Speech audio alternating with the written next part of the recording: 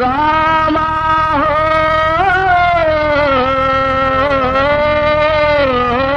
मोरे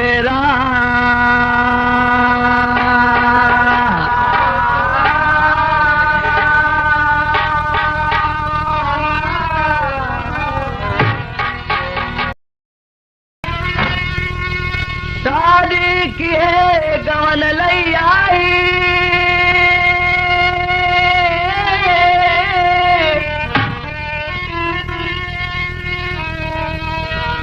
दुल्हन दहेज में भैंस कठी पाई लेकिन उनके छुटई रोवाई दुई नौन करीन नाका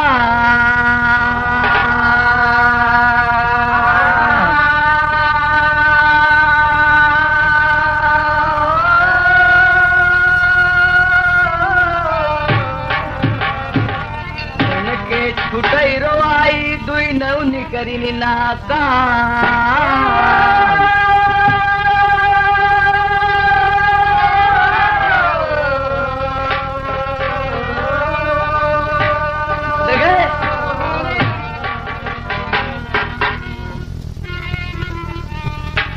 एक मर्दवा के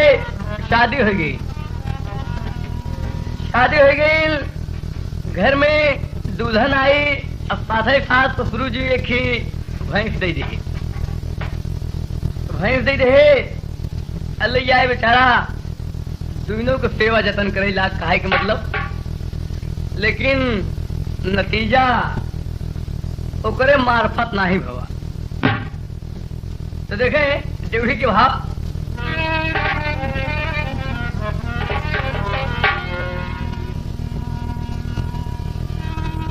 अरे राम अंगनवा में न बाजई कंगना हो अंगनवा में न बाजई कंगना अरे लाई के गवन भवन में झंखई बेटा हनवा अंगनवा में न बाजई कंगना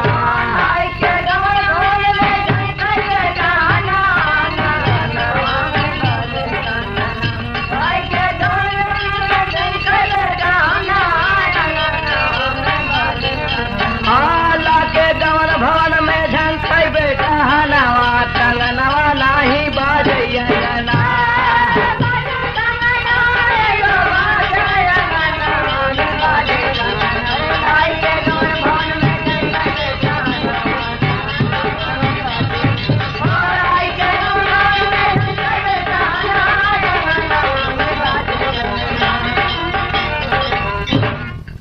अरे दुल्हन और भैंस के देखा जमी के करई सेवा हो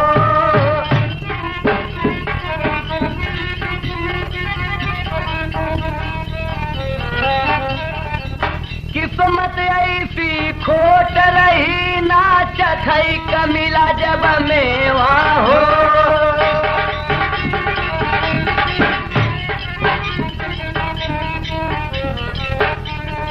एक दिन भैंस चरावई जब की ऊपरे मगावा बेटा नवा हो आपन किस्मत ठोकी ठोकी के आपन किस्मत ठोकी ठोकी के बनमा करई रुदनवा हो आपन किस्मत ठोकी ठोकी के बनमे करई रुदनवा आपन किस्मत ठोकी ठोकी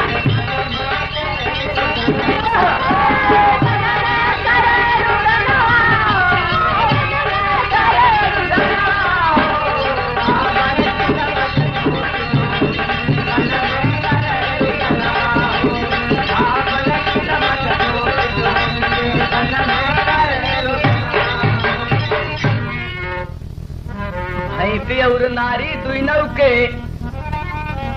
अरे जम के करई जतनिया लेकिन विधि के अरे दुल्हा भैनी बझनिया अरे अंगनवा नाही बाजई कंगना हो अंगनवा नाही बाजई कंगना अरे अकेला बैठा बन मारो बेटा हनवा अंगनवा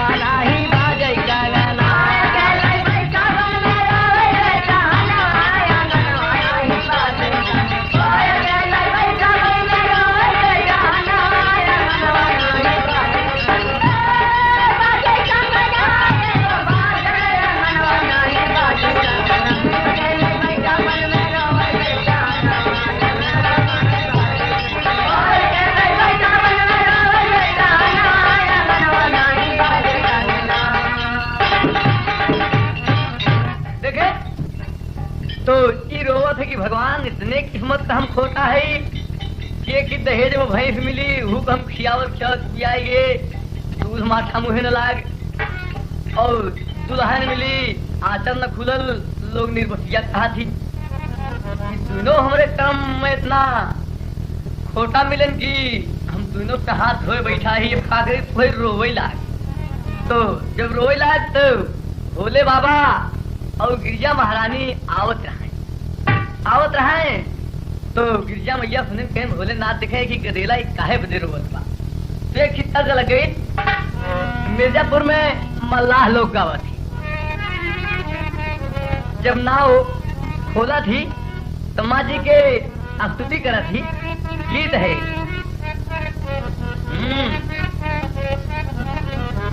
अरे तो के चढ़ऊ बई मैया नरियर चुनरिया हो कि गंगा जी तो के चढ़ऊ बई मैया नरियर चुनरिया हो कि गंगा जी जलिया मपरी है जब मछरिया हो कि गंगा जी जलिया में परी है जब मछरिया हो कि गंगा जी जलिया में परी है जब मछरिया हो कि गंगा जी तो के जाऊ बई मैया नारिया सुनारिया हो कि गंगा जी जलिया में परी है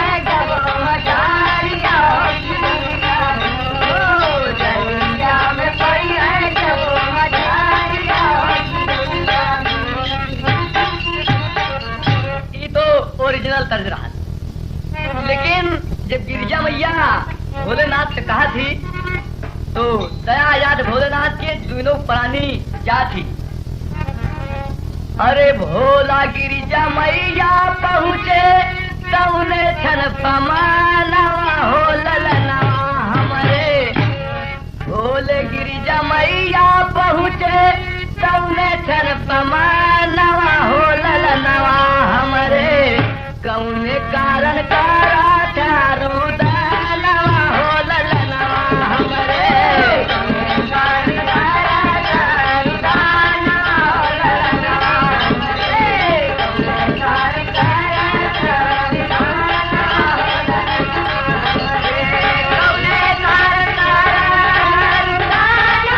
ललनवा हमरे कौने कारण कारा चारू दानवा हो ललनवा हमरे कौने कारण कारा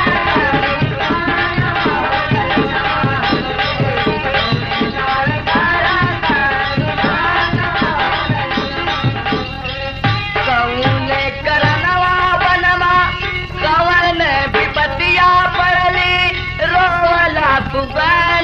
हो ललनवा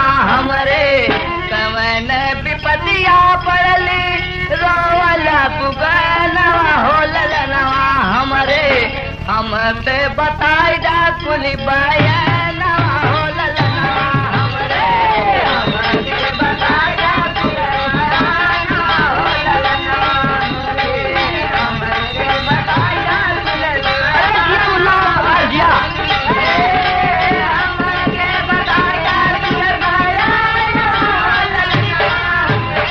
हमसे बताई जा कुली बयानवा हो ललनवा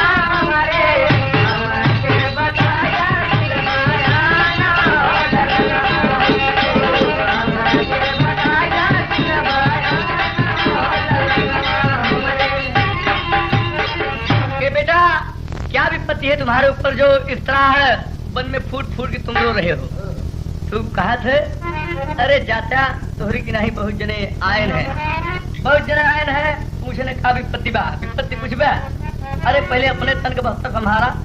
खुद खाए के ठिकान नहीं दूसरे के दान दे की डींग मारा था कहे तो देख का मतलब बाटे तू जाता है अपनी राह अरे हम पे जवन मुसीबत बाटे ओमे तोहरी बाका चाह अरे अननवा में न बाजई कनना हो अननवा में न बाजई कनना वही असली रूप में आए देखा दुई नव जनावा अननवा में न बाजई कनना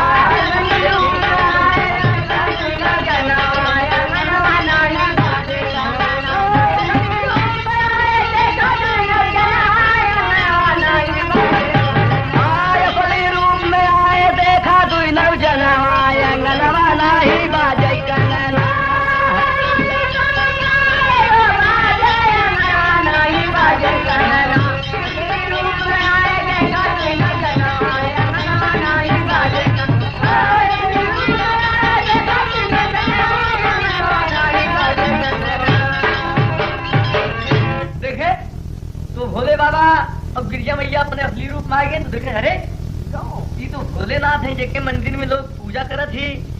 तस्वीर में एक भोलेनाथ गिरजा मैया की तस्वीर है, तो चर्च में चरण पे गिर पड़ा और स्तुति करत है। तो देखें किस तरह लग गई कि अरे पावन के महीना देखा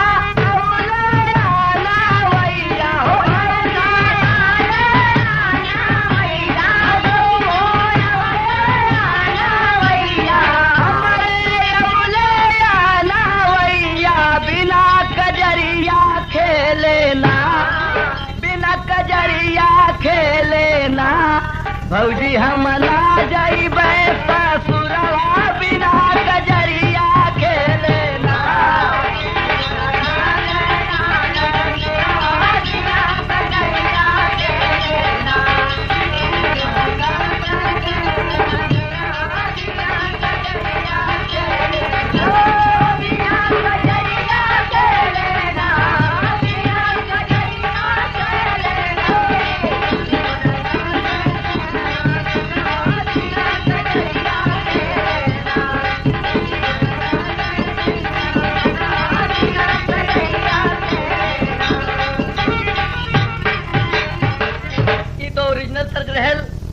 लेकिन जब देखा भोलेनाथ के तो चरण चूम के कहा थे कि जागल की समस्या हमारे गजब भैली छतिया हो बाबा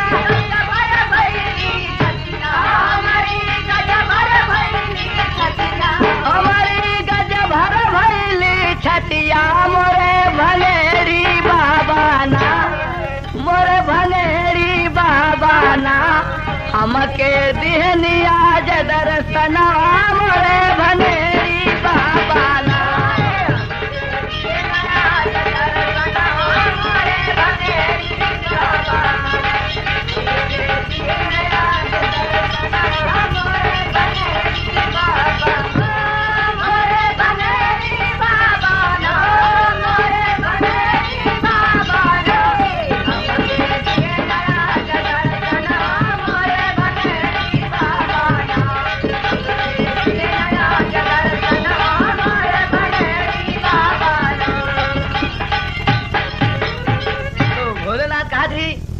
बेटा बताओ क्या बात है?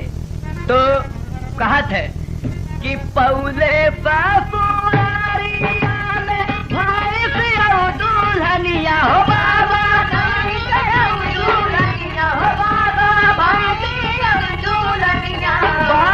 भाई से दुल्हनिया मोरे भनेरी बाबा ना हाँ मोरे भनेरी बाबा ना बाझने निकरिनी दुई नौ जननवा मोरे भनेरी बाबा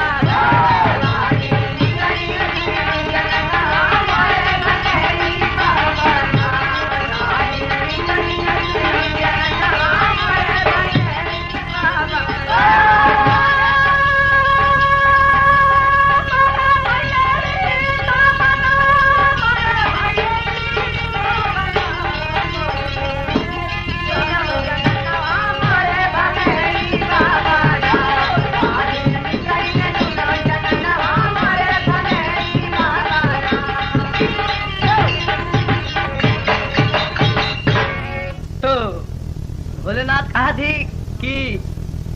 तुहार भैंस जो निभा वो बच्चा ना दे नहीं भोले बाबा और हमारे दुल्हनी को कहूँ कि भगवान लड़किया कर दी होते तो सोची कि तू में एक आध मांगे समाज ठीक भा। तो भाई भोलेनाथ कहे कि तू धीर धरा वह एक ही डंडा छोड़ के ले रहे तो कहीं हेल ले ला। कहे भोलेनाथ की का होए? कहे यहाँ डंडा से जे करे ऊपर तू डंडा तीन जमौगा अरे अपने मन में जवन तू चाहगा अरे उहरे ललन तू पौगा अरे अंगनवा नाही बाजै कंगना हो अंगनवा नाही बाजै कंगना अरे तो डंडा लेके हर्षित होइगा बेटा हनवा अंगनवा नाही बाजै कंगना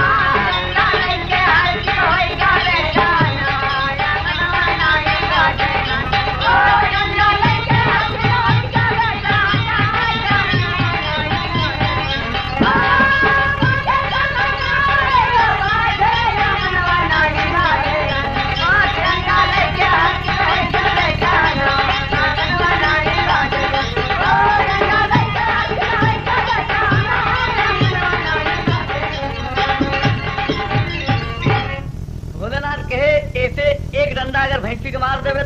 उल्टी हो जाए। देखिए कहानी हर तरफ में थोड़ा, और दूसरा डंडा मार देगा तो गर्भ एकदम करीब हो जाए, और तीसरा डंडा अगर मार देगा तो के बच्चा मिले, चाहे भैंसी के मर गया तो अपनी, चाहे अपनी औरत के मर गया तो छोटी बड़ी लहान तहान के बात में, और जब मन कर तब बच्चा हो, जितना चाहो उतना हो। देख न करो हम की लड़किया का औकात कम में रखा हुए, लेकिन भैंसी कहा हर पाल एक पाल हम बाकी न रखे दे, हर पाल बच्चा ही दे। और जब दूध कम करे लागी तब हम 3 डंडा लहाई दे। यही सोच के चल रहे थे। अब खूब खियाई पियाई भैंस लेके आए, तू 3 चक्कर गाँव में लगाए, 3 चक्कर लगाए तो खिसियाएगी। जब गोरुआरी मोलियाएगी तो एक डंडा मारे तो भैंसिया जब रहा है कुछ दूसरे किस्म होगी। सोचे दूसरे किस्म में गोल तोड़ देते, एक डंडा और मार देते, एकदम करीब हुई करे और कहानी हुई लगावत है गटई में, और न पहुंचत रहा है डंडा और मार दे, मतलब भैंस के बच्चा हो गए। तो बड़ी खुशी में थोड़ी पीछत की, और दुआरे बलाद में, अरे बिट्टी भौजी, ए बिट्टी भौजी, बिट्टी भौजी तेरी बहरे आओ भाई, बच्चा देव, आओ भाई बच्चा देव रे, जल्दी आ रहे। आओ बिट्टी भौजी बैठी हुई जाते पहाड़ लहाम से, अकेली पीसत यहाँ अगावत यहाँ, अरे कैसे के पानी भराई जाऊ रे, बलम गेन खेलाई गली माँ, कैसे के पानी भराई जाऊ रे,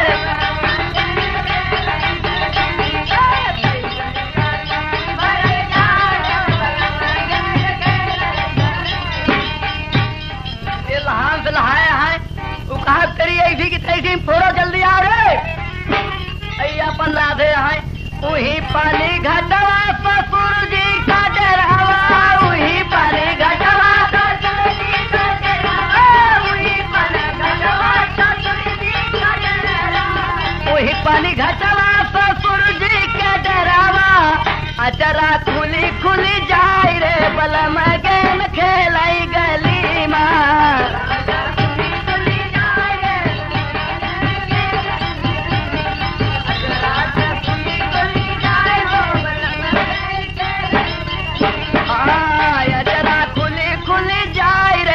मगन खेलाई गली माँ,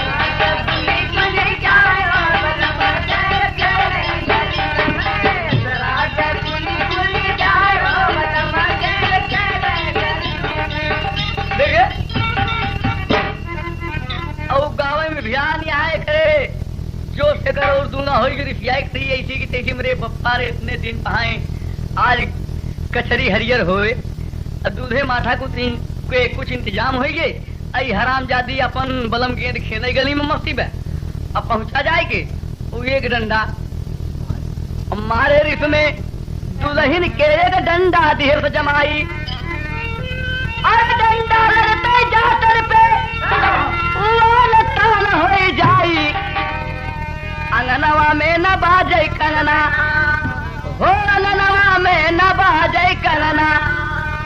अरे तब तक दूसरा डंडा मारा बेटा हलावा, अंगनवा में न बाजे कंगना, दूसरा डंडा मारा बेटा हलावा, अंगनवा में न बाजे कंगना,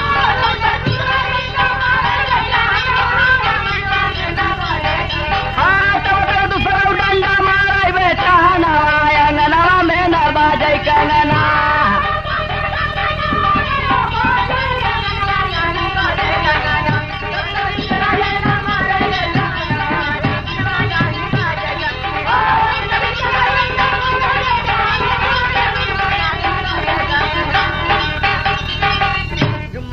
तो दूसरे किसी में कहा हे रुक जा रुक जा रुक जा, हम कजनी कैसे हो जाती पार भलवा भाई, तू सोचा थे कि भाई पता नहीं हुआ कहा हो हराम जादी पुनत नहीं बे, कहीं रुक जा हाथ जोड़ते हम कजनी कैसे दूसरे किसी में होते ही बर्बा पूरा में हाथ लगाया जात बा, तू कहा जनबा की भला जे कर पिरायु है जाने, दूसर कौन का जाने, भला जे कर पिरायु है जाने,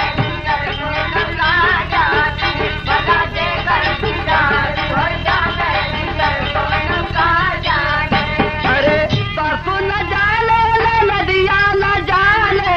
पापू न जाने नदिया न जाने,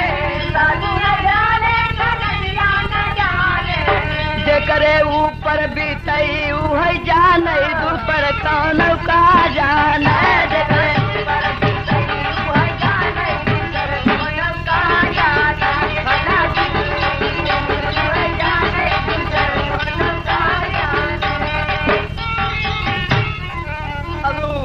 बेचारी दुपहरे किस्म को भाव है लेकिन एक खरीफ समझ में नहीं आवत बा दुल्हन कुछ आना कानी कैले से इतने में तिसरा डंडा दिए जमाई अरे आचर खुल गया दुल्हन के सब माई माई उम्मा तारी अम्मा दौड़ी आवा तोरे बताओ के तू पूछा थी महारनिया गाना आज पगलाई गे बा वहाँ कई हल्ला मचाओ भैंस बिया नहीं बे भैंस का भौं चुका भाई न भाई ले जाए न बोते बहरे न आए गोरुआरी में हुआ चिल्लात रहा हुआ उसके भीतरे से कहा अम्मा दौड़ी आवा आज लड़का बाबा और मातरिया बस बस कहा में पन कत नहीं आते न अम्मा हम अपन माछ खाते ही रात में कहूँ गुप्पाए के अम्मा को हम न थे दी नहीं तो पता लाग दादा मरी गया है बुढ़ौती में कलंक हो जाए तो गवा हे अम्मा तुम मनतू नहीं भाई तू है वही अम्मा के पखुरवा पकड़ई अरे जल्दी बेटा हनमा और दुल्हन के लगे लाई जाई हो अरे दुल्हन के बेटा भावा अरे अम्मा जब नयन से देखत तो गईली घबराई हो दौड़ के गोतनिया अरे बोलावई गौली गौआ में और तोहर के गवैया गईल नया पहली अब तोहर मल्हार हो लाग वहां कहती भैंसी बच्चा रहे बड़ा एकदम खुशहाल हो गए तू सोचा था कि हो न हो कि अनर्थक कह सकत है कि डंडा अगर फायदा ऐसे बती अनर्थक कह सकत है लड़का की होगी वो भगवान जी आए नहीं तो बहुत काफी बा अब भैंसी अब रही आएगी तुम्हें रहियानी नहीं वही आगी ला के वो डंडा भोले का देह जलाई अरे गौवा के एक मैल को वही में राखी दिए बहाई अंगनवा में ना बाजे कनना अरे तो बाबू सुनाई आगे के बयाना अंगनवा में ना बाजे कनना सुनाई आगे का बयाना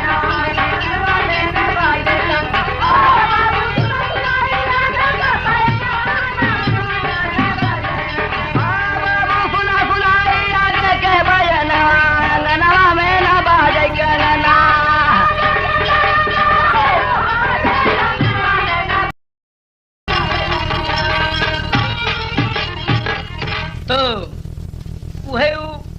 डाल दे तुहे कुआं में पूरा गांव है कुआं में पानी पिए और कुआं के पानी में भोलेनाथ वाला असर पर ये अब पर ये सारे गांव पे आफत आएगी और जहिन पिए बा वही उन्हीं किस्म के और न गर्भ करीब होत बा न घटत बा न बढ़त उन्हीं ढंग सब तेरी बड़ी आफत ही आएगी तो देखें एक ही तर्ज लग गई अक्सर बुल्लू जी गावत ही अरे बही मेरी मोरी बारी री अब मेरी मोरी बारी री अवली गवनवा के सारी ओ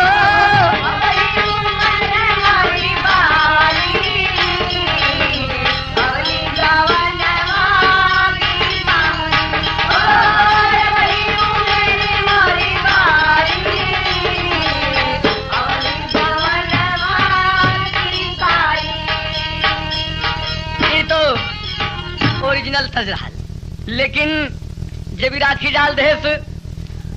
अरे कुआं में जब राखी दिहलस डारी री कुआं में जब राखी दिहलस डारी री कुआं में जब राखी दिहलस डारी री चिंता में पड़ी गए नर नारी हो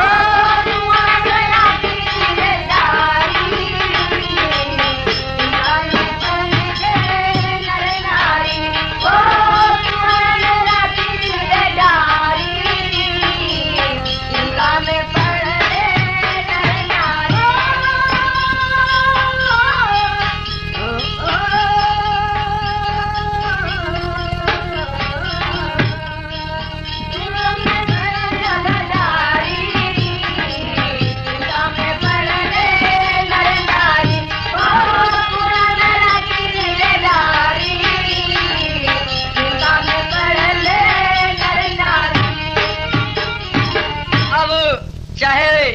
औरत हो पिए चाहे पुरुष हो, सबके एक ही पोजीशन, एक ही पोजीशन। हाँ, अरे गाँव में सब पे विपत्ति आली, गाँव में सब पे विपत्ति आली, गाँव में सब पे विपत्ति आली, गाँव में सब पे विपत्ति आली, गाँव में सब पे विपत्ति आली, गाँव में सब पे विपत्ति आली। नर नारी निर्णय न बहवली, अरे चारों ओरी मचल हाहाकारी री, चारों ओरी मचल हाहाकारी री, व्याकुल हुए हैं नर नारी।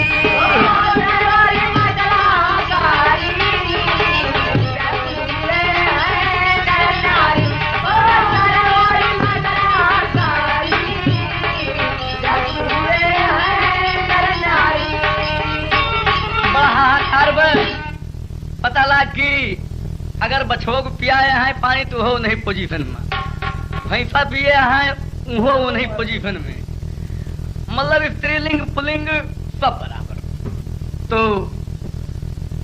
व्याकुल हो गए नर नारी, सूचना पहुंची है अस्पताल, आगे खबर सरकारी डॉक्टर गांव में पहुंच गए तत्काल, अंगनवा नाही बाजे कनना, हो अंगनवा नाही बाजे कनना। तो ये सब पूरा गांव पियत, लेकिन ई लौंडा जेकर भैंस जेकरे ऊपर जेके भोलेनाथ डंडा दिया है, ई दूसरे गांव कुआं से पानी ले आओ,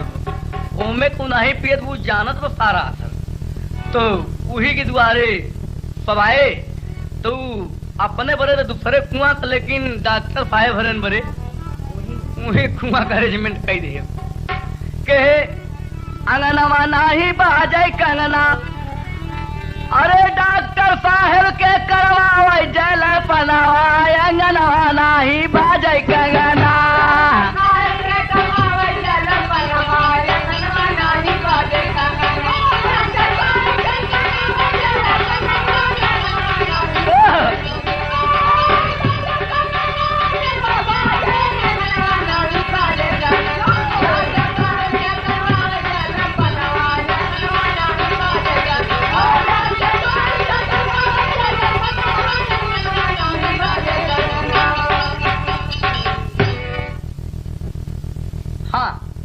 तो जब डॉक्टर साहब पानी पिए, जितने सरकारी डॉक्टर साथ में आए रहे, तो बड़ा गजब हुई है। एक ही तर्ज लग गई। अक्सर चचा राम कैलाश जी गावत थी कि मैं पातर मोर सजना पतर का रे फजनी, जैसे लुटवा की डोरिया रे फजनी। लेकिन हमरे गुरु जी गावत थी, एक सहेली ससुराल से आइल तो और सहेली जुटी,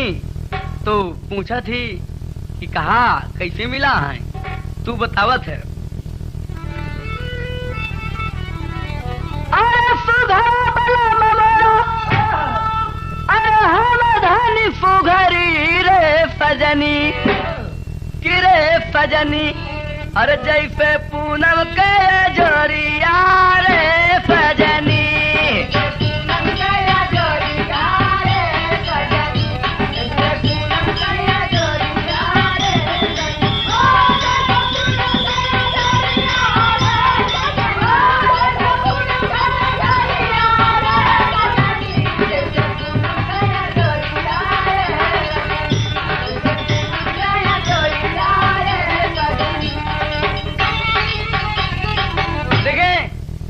डॉक्टर साहब जब पानी पी ले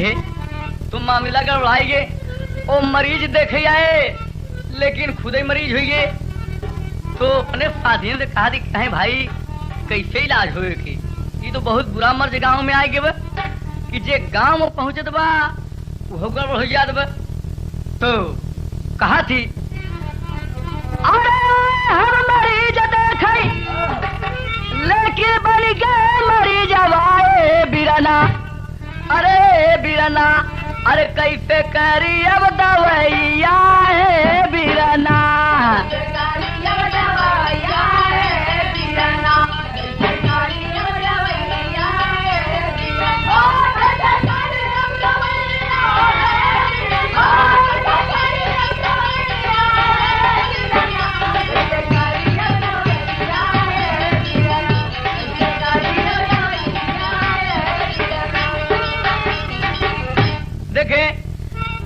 डॉक्टर बाबू के खराब बहालतिया, डॉक्टर बाबू के खराब बहालतिया, और फूलल उदर उनकर होला दूर गतिया।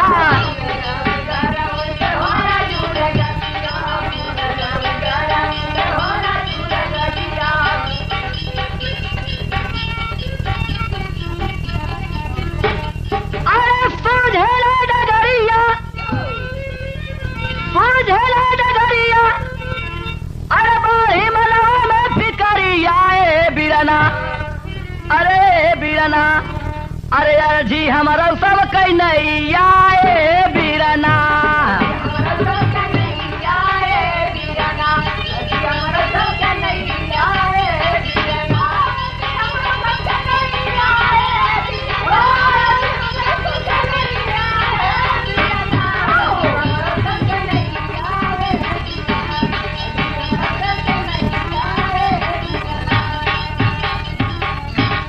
उठाई क्यों है मेडिसिन वाली किताब, पन्ना पन्ना पन्ना पन्ना पलटा था कि कौन ऐसा मर्ज है जो कि गांव में पहुंचने वाले को भी हो जाता है। वो मर्ज कौन पता नहीं, कौन ऐसा मर्ज एकदम परेशान हो गए। कहन यहाँ गौना के बड़ खराब बात जो गवा, यहाँ गौआ के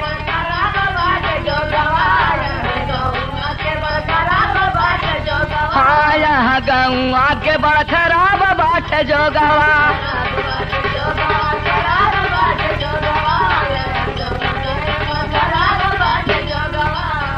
अरे कैसे के जी है यहाँ गौआ के लोगवा,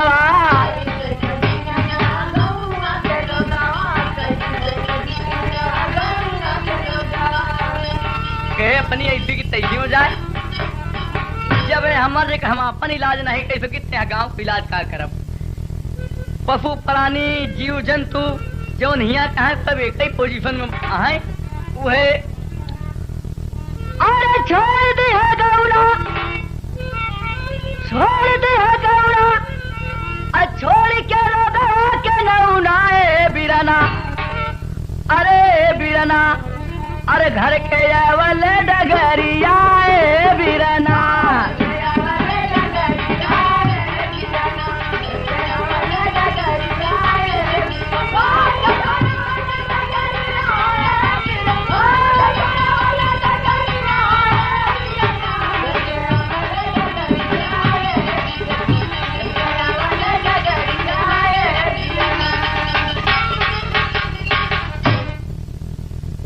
बाबूजी लौट गए दरो ओ डॉक्टर लोग कहे अपनी ऐसी की तेजी में जाए सब वही पोजीशन में। तो गांव वाले हैरान हो गए और गई खबरिया थाने। गांव वाले हैरान हो गए, गई खबरिया थाने। अरे पूर्वासी सब रोत है, अरे अब कहाँ ही ना जाने, अंगनवा नाही बाजे कंगना। अरे फौज के साथ दरोगा के हो गया मनवा, अंगनवा नाही बाजे कंगना।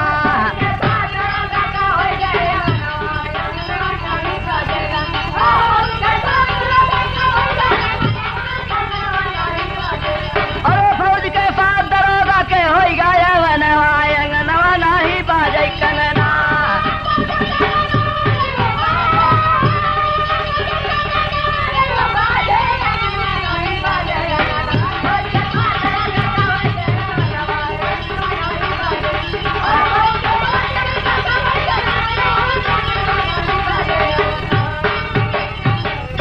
बाबूजी दरोगा जी आएंगे, जलपान का अरेंजमेंट यही के माथे बा जेके करा मात हाल जेके भोलेनाथ के डंडा मिलल बा ती अरेंजमेंट करा था देखें कितना लग गई। रामविलास पांडे जी से 17 नवंबर के प्रोग्राम रहल तो गा दिले रहे कि एक सहेली के शादी पड़त है, तू खाना बनावत है रसोई में बैठ के खाना बनावत है तो रोवत है, तो ओके भौजाई आवत कहा बिट्टन तू काहे रोवत हूँ? अरे जेके शादी पड़त है अगर नहीं हफत तो रोबो नहीं करत तू रोवत हूँ। तू कहीं भौजी तू का जाना हमरे ऊपर जवन चूरत बा मैं जाने थे, कहीं बोला कुछ हमसे बताऊँ ना, हम हो जाने चाहिए थे।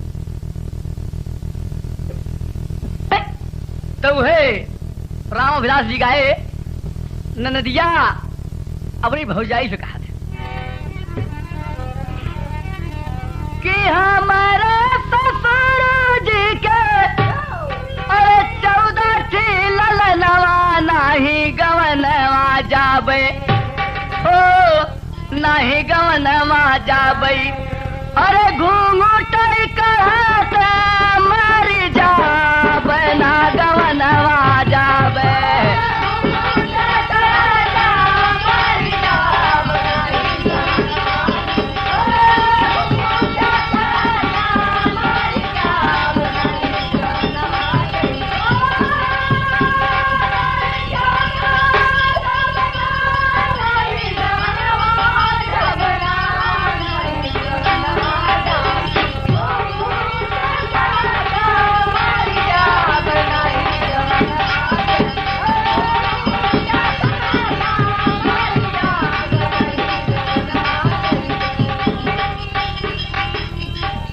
कहा था कि 14 ठी बेटवा है, अब पता नहीं कहूँ लहरेन साधे मार बिया होए हम नैहरे वाले रुआब में भीतरे रहे न रहा पाऊ हमका मुनते ढाकर हमारी जिंदगी बीती। कहीं तू पागल है एका हमसे पूछे की रहा। अरे जेका परवार भगवान दे दे थी आज को जमाना में जेका लाठी होकर भाई अब तू पगल रोवा तू हमसे पूछा तो शादी कैसे हुई? हाँ भैया हमसे बताया ना। तो हम जवाब में रामविलास जी के गा दिले कि सबसे जेठ जकरा साथे सबसे जेठ जकरा साथे अरे हो तोर बिया हवा मोरी ननदिया सुन ले मोरी ननदिया सुन ले अरे तेरा ठीक पाई लियो देवरावा मोरी ननदिया सुनिला।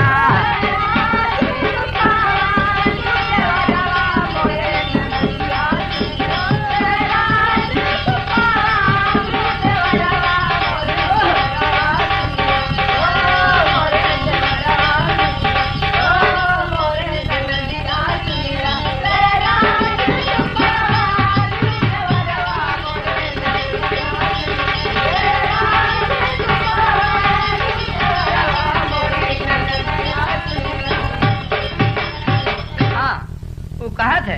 तू परेशान यहाँ तो उसे केहू से पर्दा नहीं करेगी, बस सिर्फ गांव देश के जेठू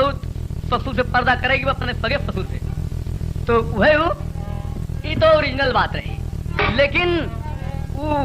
लौंडा आवत है, दरोगा जी हैं, दीवान जी हैं, इंस्पेक्टर साहब हैं, पहुंच गए। अरे जाई के बेटा अरे दरोगा के समनवा मोरे दरोगा बाबू हो मोरे दरोगा बाबू अरे पहिले करा तू जलपान मोरे दरोगा बाबू।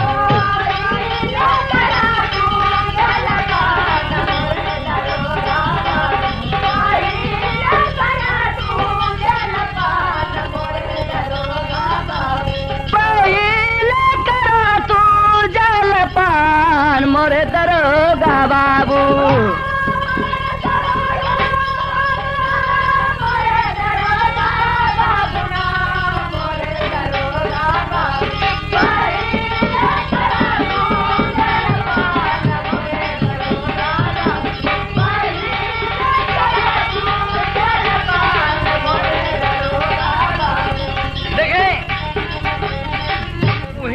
पानी अल्लाह आएगी चीनी मिलाएगी लहान तहाम शरबत भैंस से दूध जना देती नहीं बे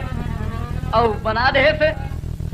अरे गर्मी के महीना लगली जमी के पियसिया गर्मी के महीना लगली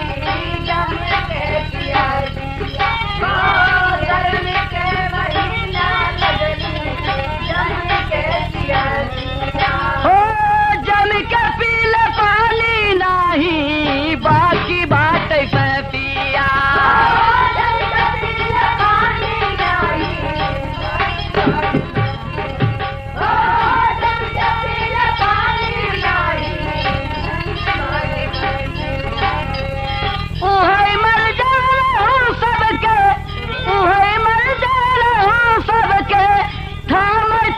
छनवा मोरे दरोगा बाबू हो मोरे दरोगा बाबू पेटावा में होई गाया नतान मोरे दरोगा बाबू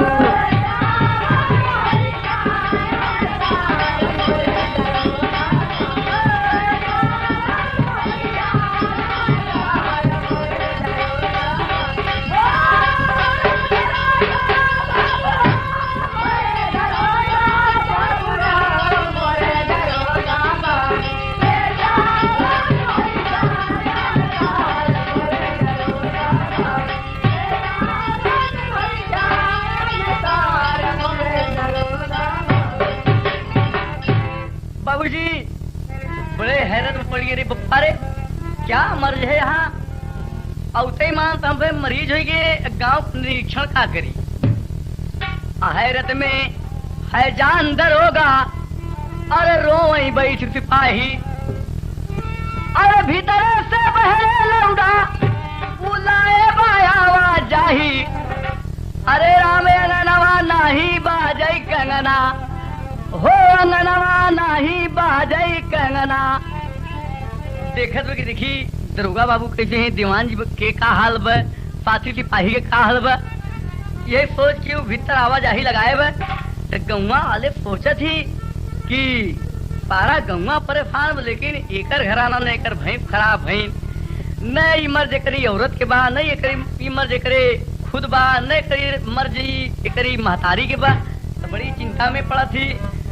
अरे तगुआ के लोग तब मनमा करे गुंदनवा अंगनवा नाही बाजई कंगना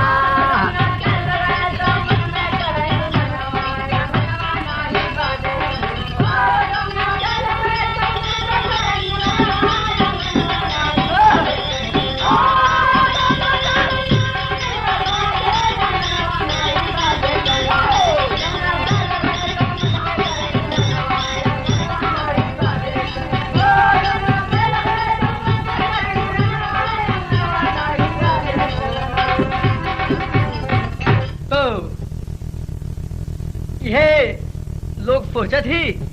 और दरोगा बाबूजी की जब हालत खराब होगी बड़े हैरत में पड़े तो देखें कि तर्ज लग गई राम विलास पांडे जी गाए कि 5 के बदले 50 पैसा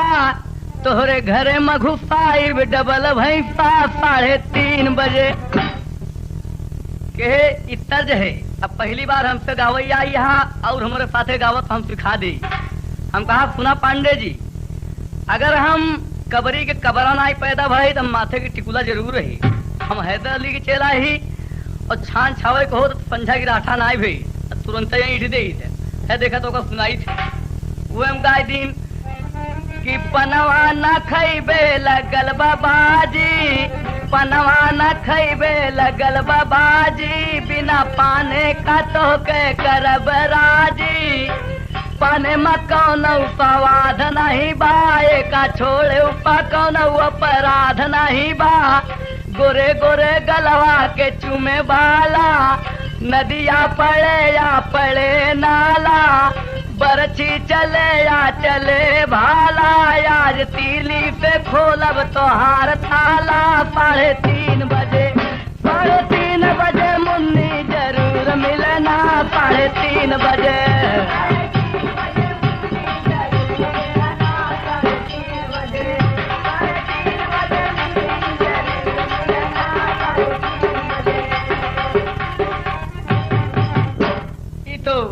ओरिजिनल तर्ज हल लेकिन अरे भैले दरोगा सिपाही हैरान, भैले दरोगा सिपाही हैरान, पेटवा में उनके भैल आन तान चटल उठे, चटल उठे आई गए थनावा में चटल उठे,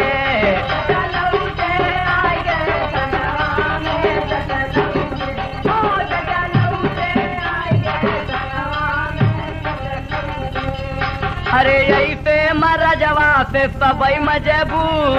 ऐसे मरजवा से सबई मजबूर, सबही के मटिया में मिल गया गरूर, चट आई गए चटल उठे आई गए थनावा में चटल उठे,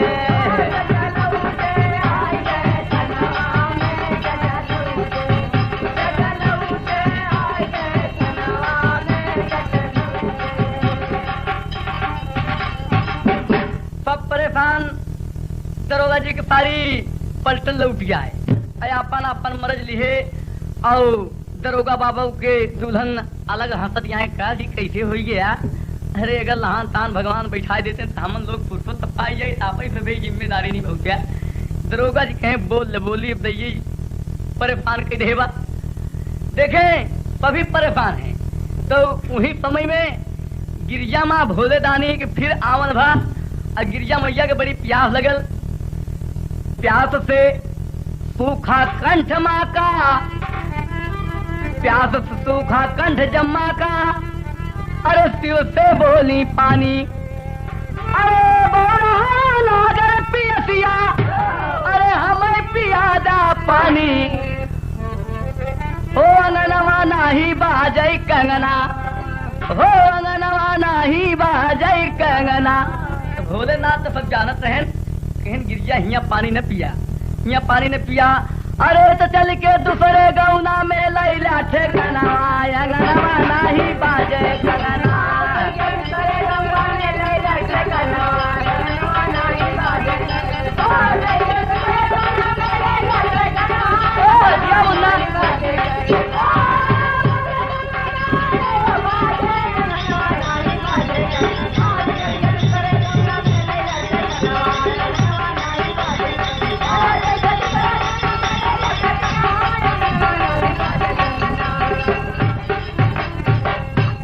दूसरे गांव पानी पिया, गिरजा मैया कहन जान हमार वहीं जा तू पानी हमका दूसरे गांव में पियो गया, ठनगन कहीं वहीं बैठ गई। अब भोलेनाथ कहन पानी तो पी ले लेकिन तू जानू तो हर काम, और कमंडल से पानी निकाल गिरजा के पियाए रहे तू है गाँव वाली हाल। गिरजू मैया के कहन भोलेनाथ जी का हाल कहन सियाल बाबू लड़का के जौन डंडा दे रहे ऊपर काम हल हो गए, आगे बार के राखी पानी में डाल दे सारा गाँव परेशान। तो गिरजा मैया कहन हे भोलेनाथ कि माया अपन हटाई ले नहीं तो गाँव तो परेशान है, तोहरे साथ हम परेशान। भोलेनाथ माया हटाई ले, दरोगा बाबू डॉक्टर बाबू पूरा गांव खुशहाल हो गए। देखे सबका मरज दूर हो गईले, सबका मरज दूर हो गईले, खुशी में हो गया सारा गाम। स्वामी गीतानंद विपिन में नित दिन भजई हरि का नाम, रोई राजा राम धार जब भुल्लुर तजे कोतारी ग्राम। मैहर वाली हैदर अली कई रथिया कई सुबह हो शाम।